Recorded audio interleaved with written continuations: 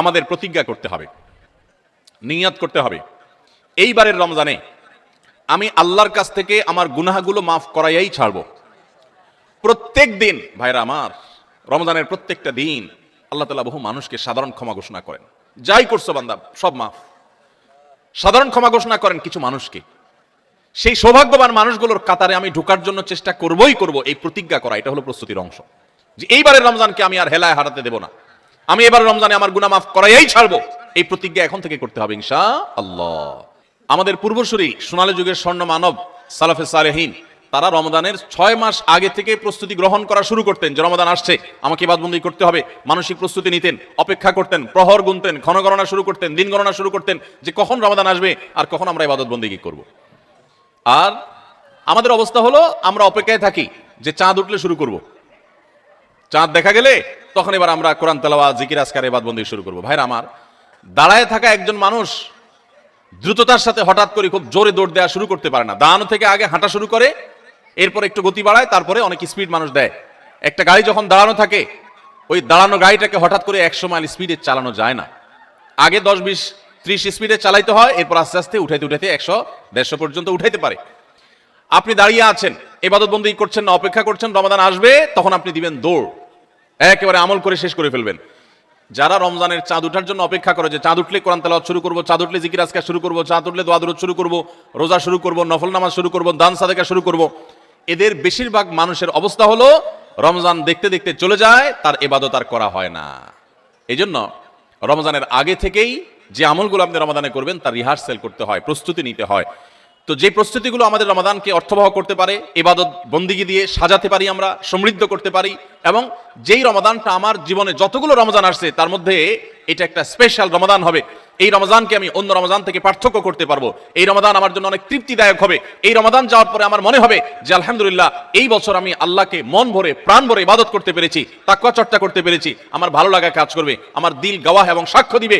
সেই রকম রমাদান কাটাতে হলে আপনাকে রমাদানের আগে থেকে অনেকগুলো প্রস্তুতি নিতে হবে।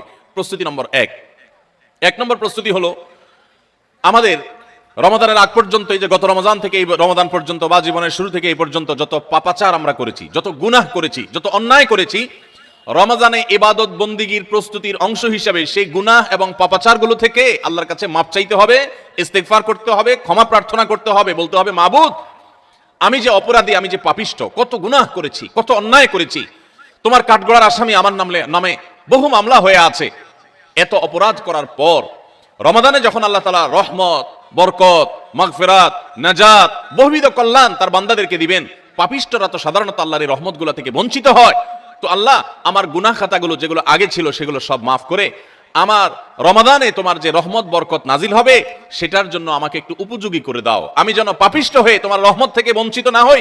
এখন থেকে সেই দোয়া করা, সেই চোখের পানি ফেলা, ইস্তেগফার করা, এটা রমজানের প্রস্তুতির অংশ।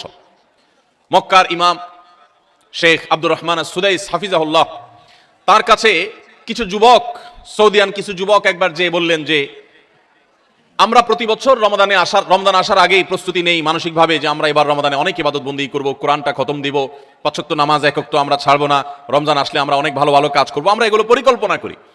কিন্তু দুঃখের বিষয় হলো দেখতে দেখতে রমজানটা চলে যায়, শেষের দিকে আফসোস হয় এবং একটু খারাপ লাগা কাজ করে, এবং দিন শেষে রমাদান পার হয়ে যায় এবং আমরা আবার অপেক্ষা থাকি, ঠিক আছে তাহলে পরের বছর করব। এভাবে রমজানে আর ইবাদতের তৌফিক হয় না। এত চেষ্টা করি, এত নিয়ত করি, কিন্তু আসলে না ওই কোরআনটাও ভালো করে খতম দিতে পারি, খতম দিলেও কোনো রকম খতম হয়, সুন্দর করে পড়া হয় না, ধীরস্থিরতার সাথে তেলাওয়াত করা হয় না, নামাজটা ঠিক মতো পড়া হয় না, কোনো ভাগ দিয়া তারাবি মিস হয়ে যায়, আমার গুনাহ হয়ে যায়, আমি ভালো থাকতে চাই কিন্তু রমাদানে ইবাদত করার তৌফিকটা হয় না। কেনই অবস্থা হয় আপনি আমাদেরকে একটু নসিহত করেন। তখন শেখ সুদাইস হাফিজাহুল্লাহ তিনি তাদেরকে বলেছিলেন যে আমার মনে হয় রমজান যখন শুরু হয়, আল্লাহর অবারিত রহমত যখন ঢেকে ফেলে ইমানদারদেরকে, যারা নিজের পাপাচারে, নিজের কৃতকর্মে, নিজের অপরাধে, নিজের গুনাহের কারণে আল্লাহর রহমত থেকে বহু দূরে সরে গেছে, তারা আল্লাহর রহমতের উপযুক্ততা হারিয়ে ফেলেছে। সেই উপযুক্ততা হারিয়ে ফেলার কারণেই আমরা অনেকেই ইবাদত করতে চাই কিন্তু বেটে বলে হয় না। আমরা অনেক চিন্তা করি, অনেক কিছু করব, কিন্তু হয়ে ওঠে না, রমজানটা চলে যায়, কপাল পোড়া হয়ে যায়। রমজানে যদি ইবাদত করতে না পারেন তো এটা শুধু শখের ব্যাপার না, রমজানে ইবাদত করতে না পারলে তো স্বয়ং নবী সাল্লাল্লাহু আলাইহি সাল্লাম এবং জিবরিলের বদদুয়ার ভাগীদার হবেন। বাউদা মান আদরাকা রমাদান ফালাম ইগফার লাহু ওয়া লাম ইগফার লাহ, যে ব্যক্তি রমজান পেল অথচ তার রমজানের গুনাহ খাতাগুলোকে maaf করাইতে পারলো না, আল্লাহর রহমতের ভাগীদার হতে পারলো না, এ তো কপাল পোড়ায়, ধ্বংস অনিবার্য।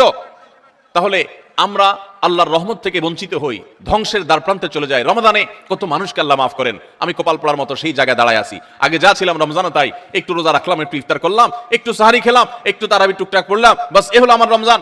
রমজান চলে যায়, আমার চোখের পানি আসে না, আমার দোয়া আসে না, আমার কান্নাকাটি আসে না, আমার ক্ষমা প্রার্থনা আসে না, আমার তওবা আসে না, আমার ইস্তিগফার আসে না, আমার জীবনটা পরিবর্তন হয় না, আমার সংশোধন হয় না, আমার আত্মশুদ্ধি হয় না, আমি কপাল মতো পড়ার মতো পড়ে থাকি। এর অন্যতম প্রধান কারণ হলো যে আমি সারা বছর পাপাচার করে আল্লাহর রহমত থেকে এত দূরে সরে গেছি যে রমাদানের আল্লাহর এই রহমতের উপযুক্ততা আমার হারিয়ে ফেলেছি। এজন্য শেখ সুদাইস তাদেরকে বলেছিলেন, আমার মনে হয় আমাদের গুনাহ এবং পাপাচারের কারণে আল্লাহর রহমতের উপযুক্ততা আমরা নষ্ট করে ফেলেছি। এই জন্য রমজান আসার আগে প্রস্তুতি হিসেবে আমরা আল্লাহর কাছে চোখের পানি ফেলে দোয়া করে আগের সব গুনাহগুলো মাফ চেয়ে নেই যে আল্লাহ রমজানের রহমতের উপযুক্ত হওয়ার জন্য আমার পূর্বের সব গুনাহ মাফ করে দেন, আমার হালখাতা করে দেন। আমরা যেরকম দোকানদারদের কাছে পুরাতন বাকি সমস্ত টাকা পরিশোধ করে হালখাতা করলে নতুন করে আবার অনেক বাকি দেয় আমাদেরকে, আর আগের টাকা পরিশোধ না করলে নতুন বাকি দেয় না। তো আল্লাহর কাছে আগের গুনাহগুলো মাফ করে নিতে পারলে, মাফ করায় নিতে পারলে নতুন করে রহমতের উপযুক্ততা তৈরি হয়। এই জন্য রমজানের প্রস্তুতির অংশ হিসেবে প্রথম প্রস্তুতির কথা বলেছি, আল্লাহর কাছে আসুন, নিজের কৃত পেছনের সমস্ত গুনাহ, সমস্ত খাতা, সমস্ত ভুল, সমস্ত বিচ্যুতি, সমস্ত ত্রুটি, সমস্ত পাপাচার, সমস্ত জুলুম, যত অন্যায় করেছি, চোখের গুনাহ করেছি, মুখের গুনাহ করেছি, মোবাইলে গুনাহ করেছি, ফেসবুক ইউটিউব মোবাইল করেছি, যত গুনাহ করেছি সমস্ত গুনাহ থেকে আল্লাহর কাছে মাফ চাই এবং দোয়া করি আল্লাহ তুমি সব গুনাহগুলো মাফ করো, তুমি আহকামুল হাকিমিন, তুমি গফুরুর রহিম, তুমি সবকিছু করতে পারো। রমজান আসছে, প্রতিবারই আমার রমজান দেখতে দেখতে চলে যায়, ইবাদত করতে পারি না, এবার আমি তোমার রহমত পেতে চাই মাবুদ, এইজন্য তুমি আমাকে মাফ করে দাও। এইজন্য প্রথম প্রস্তুতি হলো আল্লাহর কাছে তওবা ইস্তেগফার করে নিজের গুনাহগুলোকে ধুয়ে মুছে পরিষ্কার করে রমজানের জন্য রহমতের অপেক্ষা করা চেষ্টা করব না ইনশাআল্লাহ। আল্লাহ আমাদের সবাইকে, আমরা যারা আছি, যারা শুনছি, আল্লাহ আমাদের সবাইকে আপনি রমাদান আসার আগে আগে আমাদের গুনাহগুলোকে মাফ করে আপনার রহমত থেকে দূরে সরার মতো যে সমস্ত অপরাধ করে বসে আছি আল্লাহ সেগুলো থেকে আমাদের ফিরে আসার তৌফিক দেন এবং আমাদের গুনাহ খাতাগুলো মাফ করে দেন। ভাইরা আমার, তাহলে এক নম্বর প্রস্তুতির কথা বললাম, রমজানের প্রস্তুতির অংশ হিসাবে সকল গুনাহ খাতা থেকে আল্লাহর কাছ থেকে মাপ চেয়ে নিজের প্রোফাইলটাকে ক্লিন করে ফেলবো, সব পরিচ্ছন্ন করে ফেলবো, নতুন করে হালখাতা করে রমজানের জন্য শুরু করতে পারি। তাহলে দেখবেন ইবাদতের স্বাদ পাওয়া যাচ্ছে, ইবাদতের তৃপ্তি পাওয়া যাচ্ছে, ইবাদত করতে ভালো লাগার কাজ করছে। আল্লাহ আমাকে, আপনাকে, আমাদের সবাইকে সেই তৌফিক দান করুন। দ্বিতীয় যে করণীয় আছে রমজানের প্রস্তুতির অংশ হিসাবে, সেটা হলো রমজান মাসের যে ফজিলত এবং মর্যাদা আছে, রমজান মাসের রোজার যে মাসলা মাসাইল আছে, এগুলো এখন থেকে শেখা শুরু করতে হবে। তাহলে মানসিকভাবে আপনি প্রস্তুতি নিতে পারবেন যে রমজান আসছে। আপনি রমজান শুরু হওয়ার পরে যদি এবার মাসলা শেখা শুরু করেন তো শিখতে শিখতেই তো আপনার কয়েকদিন চলে যাবে, একটা মাস দেখতে দেখতে চলে যায়।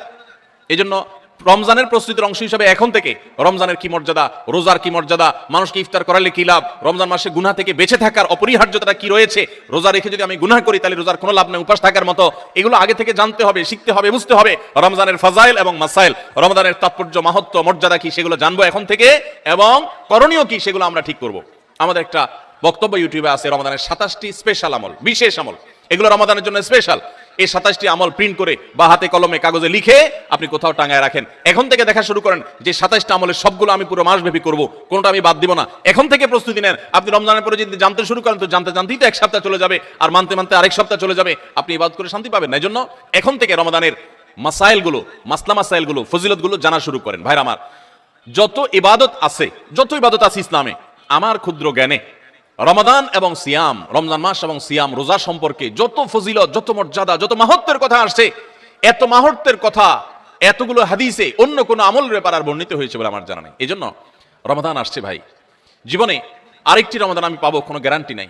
কত মানুষ গত রমজানে ছিলেন, এই রমজানে তারা কবরের বাসী হয়ে গেছে। এই জন্য এই রমজানটা যেন সঠিকভাবে কাটাতে পারি, সেজন্য আগে থেকে, এখন থেকে রমজানের মাসলা মাসাইল জানবেন, সেরকম বই কিনবেন, রমজানের উপযোগী বই পুস্তক কিনবেন এবং ওইরকম ওয়াজগুলো শুনবেন, আলেমদের কাছে বসবেন, মসজিদে মসজিদে আলোচনা শুরু হবে, রমজানের প্রস্তুতি শুরু হবে। আল্লাহ আমাদের সবাইকে তৌফিক দান করুন।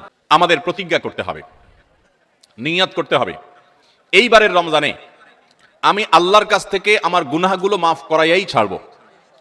প্রত্যেক দিন ভাইরা আমার, রমজানের প্রত্যেকটা দিন আল্লাহ তাআলা বহু মানুষকে সাধারণ ক্ষমা ঘোষণা করেন, যাই করছো বান্দা সব মাফ, সাধারণ ক্ষমা ঘোষণা করেন কিছু মানুষকে। সেই সৌভাগ্যবান মানুষগুলোর কাতারে আমি ঢোকার জন্য চেষ্টা করবই করব, এই প্রতিজ্ঞা করা, এটা হলো প্রস্তুতির অংশ। যে এইবারের রমজানকে আমি আর হেলায় হারাতে দেব না, আমি এবার রমজানে আমার গুনাহ মাফ করাইয়াই ছাড়বো, এই প্রতিজ্ঞা এখন থেকে করতে হবে ইনশাআল্লাহ। প্রতিজ্ঞা করবেন তো ইনশাআল্লাহ? যে যেই কোনো কিছুর বিনিময়ে হোক আল্লাহর কাছ থেকে ক্ষমা আমি আদায় করেই ছাড়বো, আমি আল্লাহর কাছ থেকে ক্ষমা নিয়েই ছাড়বো। এখন আপনি বলতে পারেন যে ক্ষমা যে আমি পেয়েছি তার গ্যারান্টি কি, কিভাবে নিশ্চিত হব? ভাইরা আমার, কোন সালাফ বলেছেন আমাদের দোয়া কোনটা আল্লাহর কাছে কবুল হয়েছে আর কোনটা কবুল হয়নি নিশ্চিত হওয়ার কোনো উপায় আছে কিনা। তো তারা বলেছেন যে যেই দোয়ার পর, যে কান্নাকাটির পর, যে প্রার্থনার পর, যে মুনাজাতের পর আপনার মানসিক প্রশান্তি অনুভব হয়, আপনার মনের মধ্যে এক ধরনের সুখ অনুভব হয়, তৃপ্তি অনুভব হয়, আপনার প্রশান্তির এক বাতাস বয়ে যায়, খুব ভালো লাগা কাজ করে যে আমি দোয়া করেছি, আল্লাহর কাছে চোখের পানি ফেলেছি, কান্নাকাটি করেছি, ভালো করে মনোযোগী দোয়া করতে পেরেছি, এরকম যদি তৃপ্তি অনুভব হয় তাহলে সুধারণা করতে পারেন যে আল্লাহ আপনার দোয়াটা কবুল করেছেন। ফ্যান নাই আপনাদের এখানে? ফ্যান নাই না? বাতাস উদাস করেন না, পাখা পাখা দিয়ে না।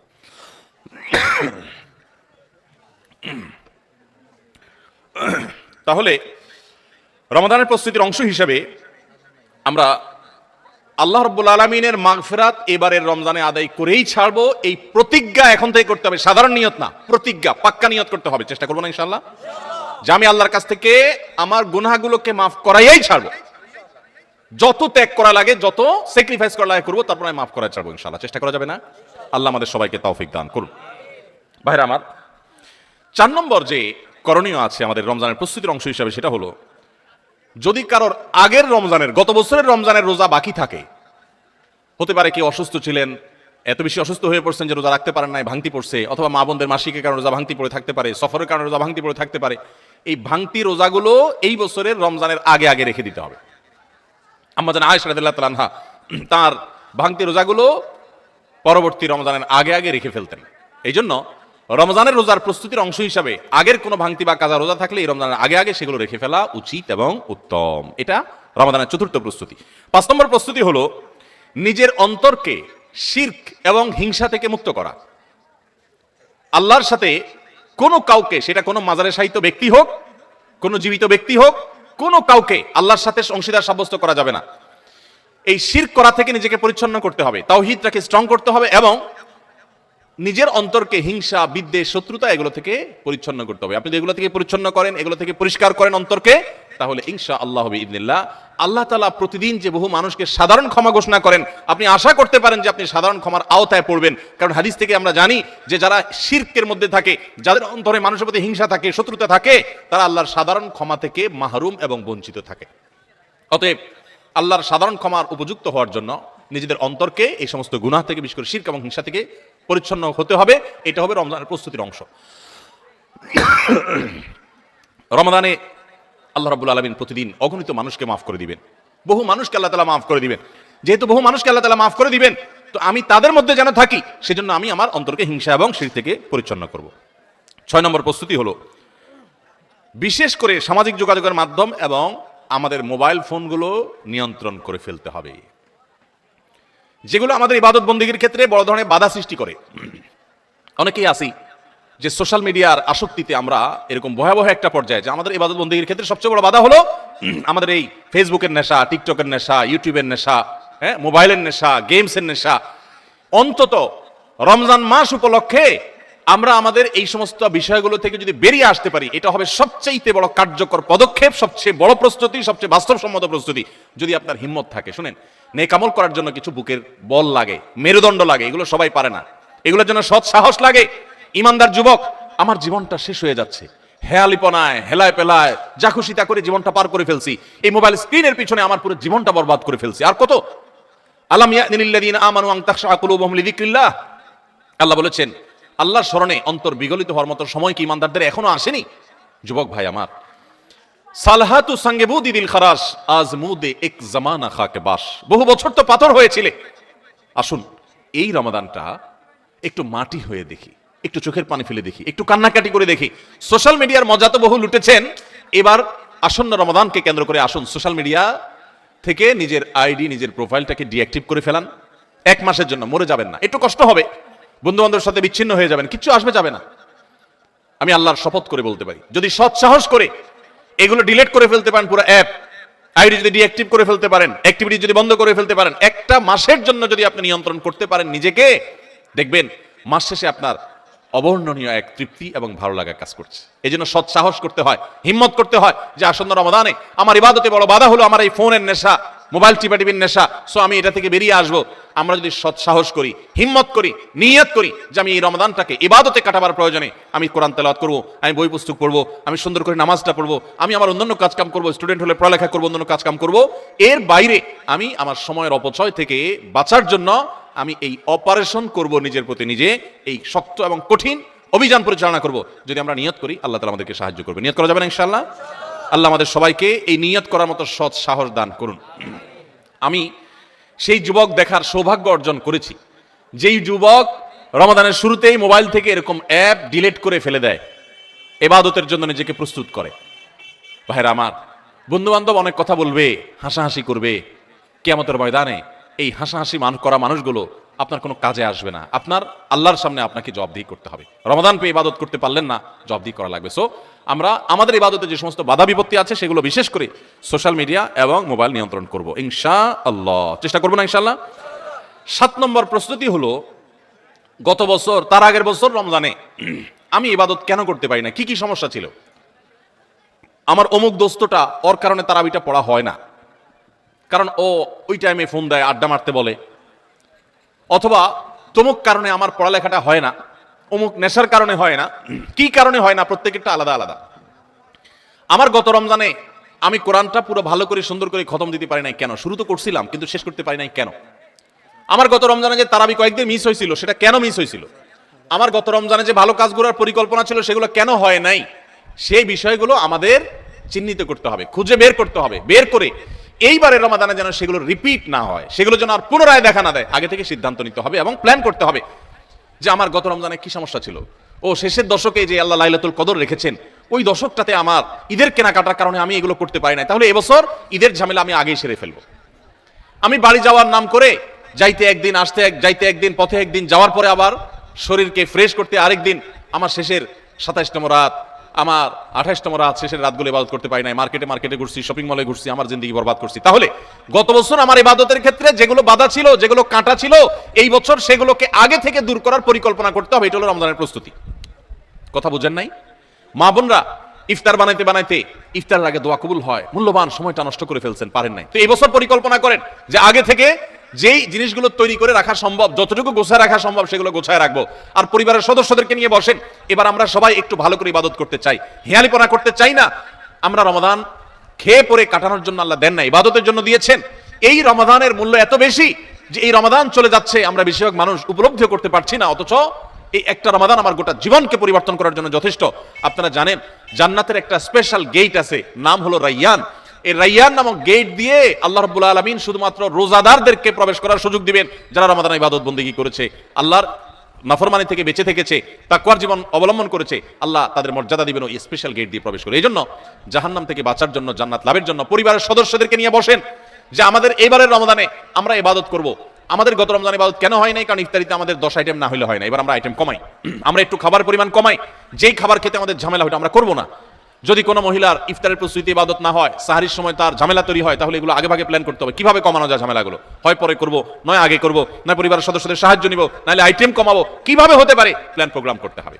বেড়াবেড়ি, দাওয়াত খাই, হ্যাঁ, ইফতার পার্টি, সাহারি পার্টি, এগুলো করতে গিয়ে আমার ইবাদত হয় নাই, সো আমি এবছর সেগুলো করব না। এই জন্য গত বছরের সমস্যাগুলো চিহ্নিত করে সেগুলো থেকে এবার দূরে থাকার চেষ্টা করতে হবে। এটা হলো 7 নম্বর প্রস্তুতি। 8 নম্বর প্রস্তুতি হলো রমজানের যে আমলগুলো আছে, রমজানের ওই যে বললাম 27টা স্পেশাল আমল আছে হাদিসের আলোকে, 27টা। রমজানের সবচেয়ে বড় আমল কি ভাই? রমজান মাসের সবচেয়ে বড় আমল কোনটা? সবচেয়ে বড় আমল হলো রোজা রাখা। রোজা রাখার চেয়ে বড় কোনো আমল আছে? রমজানের দ্বিতীয় আমল হলো রাতে তারাবি পড়া, তৃতীয় আমল হলো কোরআনে কারীমের তেলাওয়াত করা, আল্লাহর কাছে দোয়া করা আরেকটা আমল, উমরার তৌফিক থাকলে উমরা করা আরেকটা আমল, নবী সাল্লাল্লাহু আলাইহি ওয়াসাল্লাম রোজা রেখে প্রচুর মিসওয়াক করতেন, সেটা আরেকটা আমল, শেষ দশকে ইতিকাফ করা সেটা আরেকটা আমল, শেষ দশকের বিজয় রাতগুলোতে ইবাদতের চেষ্টা করা সেটা আরেকটা আমল, লাইলাতুল কদর পাওয়ার চেষ্টা করা আরেকটা আমল, লাইলাতুল কদর পেয়ে গেলে আল্লাহুম্মা ইন্নাকা আফুউন তুহিব্বুল আফওয়া ফা'ফু আন্নী পড়া আরেকটা আমল। এই রকম 27টি আমল স্পেশাল আছে রমাদানের জন্য, যেগুলো কোরআন এবং হাদিস থেকে প্রমাণিত। তাহলে সেই আমলগুলোকে এখন থেকে টুকটাক করা শুরু করার চেষ্টা করা। একটু নফল রোজা রাখেন, তাহলে রমজানে যে রোজা রাখবেন ওটা সহজ হবে। এখন থেকে রোজা রাখার অভ্যাস করেন। নবী সাল্লাল্লাহু আলাইহি ওয়াসাল্লাম বেশি বেশি রোজা রাখতেন। আপনি এখন থেকে দান সাদকার অভ্যাস শুরু করে দেন, প্ল্যান পরিকল্পনা শুরু করে দেন। এইটা হবে রমজানের প্রস্তুতি, যে রমজানে যে আমলগুলো করবেন এখন থেকে সেগুলো শুরু করে দেন। ওই যে বললাম, দাঁড়ানো গাড়ি 100 মাইল স্পিডে চলতে পারে না, আগে 20 মাইল স্পিডে চলেন, শুরু করে দেন। এরপর চাঁদ উঠলে, রমজান শুরু হয়ে গেলে আপনি 100 মাইল স্পিডে যেতে পারবেন। চেষ্টা করবেন না ইনশাআল্লাহ। তাহলে 8 নম্বর আমল হলো ভাই, রমজানে যে আমলগুলো করবো সেগুলোকে এখন থেকে রিহার্সেল শুরু করে দিব, প্রস্তুতিমূলক ওয়ার্ম আপ এটা শুরু করে দিব, মহড়া শুরু করব একটু একটু করে, যে রমজানের তেলাওয়াত করবো, এখন আর ধরবোই না। তো রমজানে আমি প্রতিদিন 1 পারা পড়বো, এখন 1 পৃষ্ঠা পড়ি। রমজানে প্রতিদিন 3 পারা পড়বো, এখন 1 পারা পড়ি। আমি একটু একটু করে কোরআনের সাথে সম্পর্ক করি, কোরআনটাকে রেডি করি, কোরআন কিনে প্রস্তুত করি নেই যে কোনটা আমি পড়বো না পড়বো, সেগুলো রেডি করি। 9 নম্বর আমল হলো, রমাদানের সময় আমি কোন আমল করব না করব, কখন কি করব, এটার একটা চার্ট রেডি করে ফেলবো। আমার কোরআন খতম করতে হলে এমন টাইমে কোরআন তেলাওয়াত করতে হবে প্রতিদিন যখন কোনো কাজ থাকে না, ফজরের পরে আমি একটু কোরআন তেলাওয়াত করে তারপর ঘুমাবো, তাহলে ওই টাইমে তার অন্য কোনো ঝামেলা থাকে না, আমার আর মিস হবে না ইনশাআল্লাহ। তারাবির পর আমি সোহর আগ দিতে তেলাওয়াত করি, তারপর শোবো। আবার ভোর রাতে দোয়া কবুল হয়, সাহারি খাইতে উঠলে আমি প্রতিদিন 10 মিনিট হাতে রাখবো একটু দোয়া করার জন্য। আগে থেকে এগুলো চার্ট তৈরি করে ফেলতে হয় যে কোন টাইমে আমি কি করব। আমার প্রত্যেকটা বিষয়কে যদি এখন শিডিউলের মধ্যে নিয়ে আসতে পারি, ইনশাআল্লাহ রমাদানের যথাযথ প্রস্তুতি গ্রহণ করা হবে এবং দেখবেন আপনার রমাদানে অনেক অর্জন করার সুযোগ আপনি লাভ করেছেন। তাহলে 9 নম্বর প্রস্তুতি হলো চার্ট করা, শিডিউল করে ফেলা, পুরো রমজান মাস কিভাবে কাটাবেন তার সারাদিন সকাল থেকে রাত পর্যন্ত একেবারে পুরো শিডিউল। 10 নম্বর হলো শাবান মাসের শেষ দিনে 29শে শাবান পশ্চিম আকাশে চাঁদ দেখবেন, এটাও রমজানের প্রস্তুতির অংশ। আমরা আমাদের ছোটবেলায় গ্রামে চাঁদ দেখেছি, এখন মানুষ চাঁদ দেখে না, দেখে চাঁদ আকাশে দেখে না, চাঁদ এখন মোবাইলে খোঁজে। কোথায় খোঁজে? মাগরিবের পরেই মোবাইল হাতানো শুরু করে দেয়, এই রমজানের চাঁদ দেখা গেছে, ঈদের চাঁদ দেখা গেছে কিনা, চাঁদ দেখা কমিটি কি বলছে, ফেসবুকে নিউজ আসছে কিনা দেখো। চাঁদ তালাশ করার কথা আকাশে, সেখানে চাঁদ তালাশ করি আমরা কোথায়? মোবাইলে। চাঁদ দেখা কমিটি যে চাঁদ দেখার ঘোষণা দিবে, তাদের কাছে তো আসমান থেকে ফেরেশতা নাজিল হবে না যে ওইটা শুনে তারা ঘোষণা দিবে। আমরা সারা দেশ থেকে দেখলে, তাদেরকে নিউজ দিলে, তারপর না তারা সেই নিউজের ভিত্তিতে ঘোষণা দিবে। তো আমরাই যদি সবাই চাঁদ দেখা বন্ধ করে দেই, তাহলে তারা কিভাবে ঘোষণা দিবে? এই জন্য দেখবেন চাঁদ দেখা কমিটি বেচারারা ঘোষণা দিতে দিতে কোনো বছর রাত 10টা 11টা 12টা বাজায় দেয়, সাধে বাজায়, কারণ আমরা তো তাদেরকে সাহায্য করি না। মনে রাখবেন, রমজানের চাঁদ অন্য যে কোনো আরবি হিজরি মাসের চাঁদ যদি আপনি খোঁজেন পশ্চিম আকাশে, দেখেন আর না দেখেন, আপনি একটু তালাশ করেন, চেষ্টা করেন। যদি চাঁদ দেখার চেষ্টা করেন, তাহলে আপনি চেষ্টা করার কারণে সওয়াব পাবেন, সুন্নাত একটা জিন্দা করার সওয়াব পাবেন। আর চাঁদ যদি দেখতে পান, তাহলে দোয়া পড়বেন, আল্লাহুম্মা আহিল্লাহু আলাইনা বিল ইয়ুমনি ওয়াল ঈমান ওয়াস সালামাতি ওয়াল ইসলাম রব্বি ওয়া রাব্বুকাল্লাহ। হে চাঁদ, হে আল্লাহ, আমি তোমার কাছে এই চাঁদ, এই চাঁদের মাসটা, এই মাসটা আমি বরকতময় মাস হিসেবে তোমার কাছে চাই, ঈমানের সাথে যেন থাকতে পারি, শান্তি নিরাপত্তার সাথে থাকতে পারি, ইসলামের সাথে থাকতে পারি। এরপর চাঁদকে লক্ষ্য করে বলা, হে চাঁদ, তোমার এবং আমার সৃষ্টিকর্তা এক আল্লাহ, তোমারও রব আল্লাহ, আমারও সৃষ্টিকর্তা আল্লাহ। তো এই দোয়া পড়া সুন্নাত। যদি চাঁদ দেখতে পান দোয়া পড়বেন, আর না দেখতে পারলে চেষ্টাটা করবেন, তাও সওয়াব পাবেন। এই জন্য শাবানের 29 তারিখে পশ্চিম আকাশে চাঁদ তালাশ করবো তো ইনশাআল্লাহ। এগুলো এখন বিদায় হয়ে গেছে, চাঁদ তালাশ করা। চাঁদ তালাশ করা একটা বিলুপ্ত সুন্নাহ, এই সুন্নাহ জিন্দা করার চেষ্টা করবেন, রাস্তা বের হয়ে পশ্চিম আকাশে তাকাবেন, তাহলে এটা হবে রমজানের প্রস্তুতির একটি বিষয়। 10 নম্বর প্রস্তুতি হলো শাবান মাসে চাঁদ দেখা। আর 11 নম্বর এবং সর্বশেষ প্রস্তুতি হলো আল্লাহর কাছে ইবাদতের জন্য দোয়া করতে হয়। আমাদের পরিকল্পনা আমরা করতে পারি, কিন্তু তৌফিক তো আসলে আল্লাহ দিবেন। এই জন্য আমার পরিকল্পনাগুলো করে আমি বলবো, আল্লাহ আমি চার্টও তৈরি করেছি, রমজানে মাসালা জানার জন্য বইও কিনেছি, আমি কোরআনও তো রেডি করেছি, তেলাওয়াতও শুরু করে দিয়েছি, টুকটাক নফল রোজা রেখে আমার প্রস্তুতিও শুরু করে দিয়েছি। আমি আমার জায়গা থেকে যা করতে পারার আমি করছি মাবুদ। এবারের রমজানটাতে তুমি আমার একটু ইবাদত করার তৌফিক দিও। ভাইরা আমার, আপনারা অনেকেই অনেক সাত জীবনে আস্বাদন করেছেন, আড্ডা মেরে বন্ধু বান্ধবের সাথে একান্তে কাটিয়ে বিভিন্ন রকমের কাজ করে মজা অনেক লুটেছেন। আল্লাহর শপথ, রমজানটাতে যদি আপনি ইবাদত করে কাটাতে পারেন, রাতভর একটু চোখের পানি ফেলে তাহাজ্জুদের সময় সাহারি খাওয়ার পর 10টা মিনিটে যদি একটু কাঁদতে পারেন, আল্লাহর কাছে মাফ চাইতে পারেন, আপনার কাছে পৃথিবীর যে কোনো কিছু তৃপ্তির চাইতে অনেক বেশি তৃপ্তিদায়ক হবে এই আল্লাহর কাছে একান্ত মুহূর্তে কান্নাকাটি করা, দোয়া করা, ইবাদত করা, ইস্তেগফার করা, আমলে মশগুল থাকা। আপনি সেই জিনিসটা করার পরিকল্পনা এই বছর রমাদানে নেন, চেষ্টা করা যাবে না ইনশাআল্লাহ। ভাইরা আমার, সেজন্য আল্লাহর কাছে দোয়া করতে হবে, আল্লাহ আমি আমার চেষ্টা যা নেওয়ার, প্রস্তুতি যা নেওয়ার আমি নিয়েছি, চেষ্টা করেছি, মাবুদ তুমি এবার আমাকে তৌফিক দিও। নবী সাল্লাল্লাহু আলাইহি ওয়াসাল্লাম প্রত্যেক নামাজের পরে দোয়া করতেন, আল্লাহুম্মা আইন্নি আলা যিকরিকা ওয়া শুকরিকা ওয়া হুসনি ইবাদাতিক। ও আল্লাহ, তোমার কাছে আমি সাহায্য চাই, যেন তোমার সুন্দর করে ইবাদত করতে পারি, যেন তোমার স্মরণ আমি সুন্দর মতো করতে পারি, হ্যাঁ, তোমার কৃতজ্ঞতা শুকরিয়া যেন আদায় করতে পারি, সেই তৌফিক তুমি দাও। আল্লাহর কাছে তৌফিক চাইতে হয়। এজন্য ভাইরা, রমাদানের সর্বশেষ এবং 11তম প্রস্তুতি বলেছি, আল্লাহর কাছে দোয়া চেয়ে নিতে হবে যে আল্লাহ তুমি আমাকে তৌফিক দিও।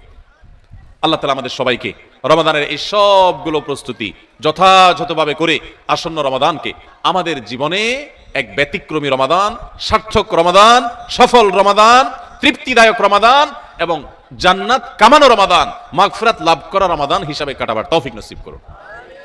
খুব দোয়া করবো দিল থেকে ভাই, খুব দোয়া করবো, খুব চোখের পানি ফেলবো যে আল্লাহ রমাদানে যদি ক্ষমা না পাই তাহলে তোমার ফেরেশতার বদদোয়া, তোমার নবীর বদদোয়ার ভাগীদার হইতে হবে। এর চেয়ে বড় হতভাগা আর কেউ নেই যে রমজান পাওয়ার পরও ক্ষমা পায় নাই, রমজান পাওয়ার পরও পাঁচ ওয়াক্ত নামাজ ধরতে পারে নাই, রমজান পাওয়ার পরও কোরআন ধরতে পারে নাই, রমজান পাওয়ার পরও তার জীবনে পরিবর্তন হয় নাই, তাকওয়া শুরু করতে পারে নাই। এর চাইতে হতভাগা, এর চাইতে কপাল পড়া আল্লাহর জমিনে আরেকটা নেই ভাইরা আমার। সেজন্য এবারের রমাদানটাকে আমরা একটু নড়ে চড়ে বসে ভিন্নভাবে কাটাবার চেষ্টা করি। আল্লাহ হে আরশে আজিমের মালিক, আপনি আমাদের সবাইকে তৌফিক দান করেন। আমরা চেষ্টা করবো না ইনশাআল্লাহ ভাই রমাদানকে সুন্দরভাবে কাটাবার জন্য এখন থেকে প্রস্তুতি নিব না ইনশাআল্লাহ। আমি এক নজরে আবারও আপনাদেরকে এই 11টা প্রস্তুতির কথা বলে দিচ্ছি। সর্বপ্রথম প্রস্তুতি হলো রমাদানে যেন আমি ইবাদতের তৌফিক আল্লাহর কাছ থেকে পাই, রহমত যেন পাই, সেজন্য আমার পেছনের গুনাহগুলো থেকে আল্লাহর কাছ থেকে মাফ চেয়ে নিব। রমজানের প্রস্তুতির অংশ হিসাবে আগেরগুলো মাফ চেয়ে নিব, আল্লাহ আমাকে মাফ করে দাও। বেশি বেশি ইস্তিগফার পড়বো, সাইয়্যিদুল ইস্তিগফার পড়তে পারি। আল্লাহুম্মা আনতা রাব্বি লা ইলাহা ইল্লা আনত, আল্লাহ আপনি আমার রব, আপনি ছাড়া সত্যিকারের কোনো মাবুদ নাই। খালাকতানি, আপনি আমাকে সৃষ্টি করেছেন, ওয়া আনা আবদুক, আমি আপনার গোলাম, ওয়া আনা আলা আহদিকা ওয়া ওয়াদিকা মাস্তাতাতু, যতটুকু পেরেছি আল্লাহ আপনার সাথে কৃত অঙ্গীকার আর ওয়াদাকে রক্ষা করার চেষ্টা করেছি। আউযু বিকা মিন শাররি মা সানাত, আল্লাহ আমি যে সমস্ত অপকর্ম নিজে করেছি আমি আপনার কাছে পানা চাই সেগুলোর ক্ষতি থেকে, এগুলোর কারণে যেন আমি বঞ্চিত না থাকি, রমাদানে কপাল পোড়াদের কাতারে যেন শামিল না হই, আমি যেন তৌফিক পাই।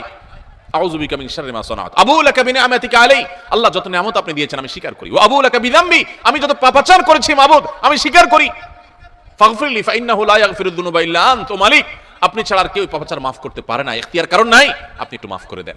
আল্লাহর কাছে মাফ চাইবো, মাফ চেয়ে রমজানের জন্য প্রস্তুতি নিব, চেষ্টা করবো তো ইনশাআল্লাহ। নাম্বার 2, রমজানের ফাজাইল, মাসাইল, মাহাত্ম্য, মর্যাদা, মাসনা মাসাইল এগুলো জানার জন্য এখন থেকে সেরকম বই পুস্তক কিনে পড়া শুরু করে দিব, ওইরকম আলোচনা শোনা শুরু করে দিব, জ্ঞান অর্জন করা শুরু করবো রমজান সংক্রান্ত। এটা দ্বিতীয় প্রস্তুতি। 3 নম্বর হলো আল্লাহর কাছে এইবারের রমজানে আমি মাগফিরাত এবং নাজাত পেতে চাই, ক্ষমা পেতে চাই, আল্লাহর রহমত পেতে চাই, জন্য দৃঢ় প্রতিজ্ঞা করব যে এবার আমি কিছু একটা করবো ইনশাআল্লাহ, এবং এটা সারাক্ষণ নিজেকে কল্পনা করতে থাকা, প্রস্তুত করতে থাকা মানসিকভাবে। নাম্বার 4 নম্বর প্রস্তুতি হলো আগের বছরে কোনো রোজা ভাঙতে থাকলে সেগুলো আদায় করে ফেলা। 5 নম্বর প্রস্তুতি হলো নিজের অন্তরকে শিরক এবং হিংসা, বিদ্বেষ, শত্রুতা এগুলো থেকে পরিচ্ছন্ন করা। কারোর প্রতি দুঃখ আছে, হিংসা আছে, দুঃখটা হিংসা লেভেলে চলে গেছে, তো আপনি সেই হিংসাটা দূর করে ফেলান, সবাইকে মাফ করে দেন, ফ্রেশ হয়ে যান, কারণ রমজান আসছে। সাধারণ ক্ষমা ঘোষণা যখন করা হবে তখন কিন্তু কপাল পোড়ারা, হিংসুকরা পাবে না মাফ, এই জন্য কারোর প্রতি হিংসা রাখেন না, কারোর অকল্যাণ চায়েন না, সবার কল্যাণ কামনা করেন, মনটাকে উদার করে দেন, বড় করে দেন, এটা আপনি সুস্থ থাকতে পারবেন আর শিরক থেকে নিজেকে বাঁচিয়ে রাখেন ইনশাআল্লাহ। রমজানের সাধারণ ক্ষমার মধ্যে পড়বেন, রমজানের প্রস্তুতির অংশ যে শিরক এবং হিংসা থেকে নিজেকে পরিচ্ছন্ন করলেন। 5 নম্বর প্রস্তুতি। 6 নম্বর প্রস্তুতি হলো সোশ্যাল মিডিয়া, ফেসবুক ইত্যাদি নেশা এবং স্মার্টফোন পারলে গলা চিপে বন্ধ করে ফেলান, 1 মাসের জন্য বাটন ফোনে চলে যান অন্তত, এবং আইডি ডিঅ্যাক্টিভ করে ফেলান। একটু হিম্মত করেন, সৎ সাহস করেন, মরে যাবেন না, একটু কষ্ট হবে, এতটুকু কষ্ট যদি না করেন কোন মুখে আল্লাহর কাছে আপনি জান্নাতের দাবি করবেন? একটু সোশ্যাল মিডিয়াকে 1 মাসের জন্য নিয়ন্ত্রণ করার যদি নিয়ত করতে না পারেন আল্লাহর কাছে কোন মুখে জান্নাতের আশা করবেন, দাবি করবেন? এই জন্য 6 নম্বর প্রস্তুতি হলো যেই বিষয়গুলো আমার ইবাদতে ব্যাঘাত সৃষ্টি করে, অর্থাৎ এই সোশ্যাল মিডিয়া ইত্যাদি এগুলোকে নিয়ন্ত্রণ করে ফেলা। 7 নম্বর হলো গত বছর রমজানে বা তার আগের বছরগুলোতে রমজানে আমার ইবাদতে যেসব বাধা ছিল, যাদের কারণে সমস্যা হয়েছে, ওই বন্ধুই আমার বন্ধুত্বের তালিকা থেকে বাদ দিয়ে ফেলতে হবে, ওই সার্কেল আমি ছেড়ে দিতে হবে, ওই আড্ডা আমার ছেড়ে দিতে হবে, ওই কাজ আমার ছেড়ে দিতে হবে, যেই কাজের কারণে আমার রমজানে ইবাদত হয় না ওই কাজে আমি করব না, 1 মাসের জন্য নিজেকে স্যাক্রিফাইস করতে হবে। এটা রমজানের প্রস্তুতি, এখন থেকে প্ল্যান করে এগুলো বাদ দিতে হবে। এবং 8 নম্বর হলো যে রমজানের যে আমলগুলো আছে সেগুলো এখন থেকে একটু একটু করে শুরু করা। কোরআন তেলাওয়াত এখন থেকে শুরু করে দেন, রোজা এখন থেকে নফল রোজা শুরু করে দেন, এখন থেকে তাসবিহ তেলাওয়াত শুরু করে দেন, এখন থেকে দোয়া দুরূদ শুরু করে দেন, তাহলে রমজানে বেশি করে করতে পারবেন। আর যদি তখন করবেন বসে থাকেন, করা আর হবে না।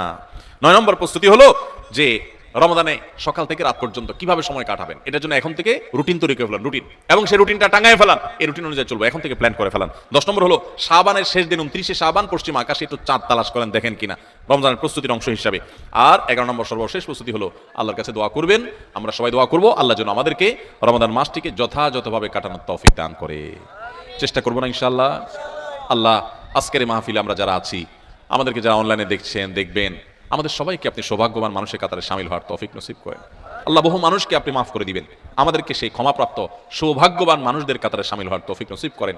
আল্লাহ যেন গোটা রমজান আমরা কোরআন নিয়ে পড়ে থাকতে পারি আল্লাহ তোমার তাসবিহ তেলাওয়াতে যেন পড়ে থাকতে পারি, আমরা যেন দোয়া মুনাজাতে পড়ে থাকতে পারি, আমরা যেন চোখের পানি ফেলতে পারি, যেন তাহাজ্জুদ পড়তে পারি, ভোর রাতে দোয়া করতে পারি, সকল নেকামল দিয়ে যেন রমজানটাকে সাজাতে পারি, পরিতৃপ্তির রমজান যেন সাজাতে পারি, সকল খারাপ বন্ধু, খারাপ সংস্রব, খারাপ আড্ডা, খারাপ সার্কেল সবগুলোকে তোমার জন্য ত্যাগ করে আমরা যেন একান্ত তোমার হয়ে যেতে পারি। আল্লাহ এই রমজানটা আমাদেরকে সেভাবে কাটানোর তৌফিক দান করো। সবাই চেষ্টা করবো তো ইনশাআল্লাহ। জাযাকুমুল্লাহু খায়রা ওয়া আখিরু দাওয়ানা আনিল হামদুলিল্লাহি রাব্বিল আলামিন।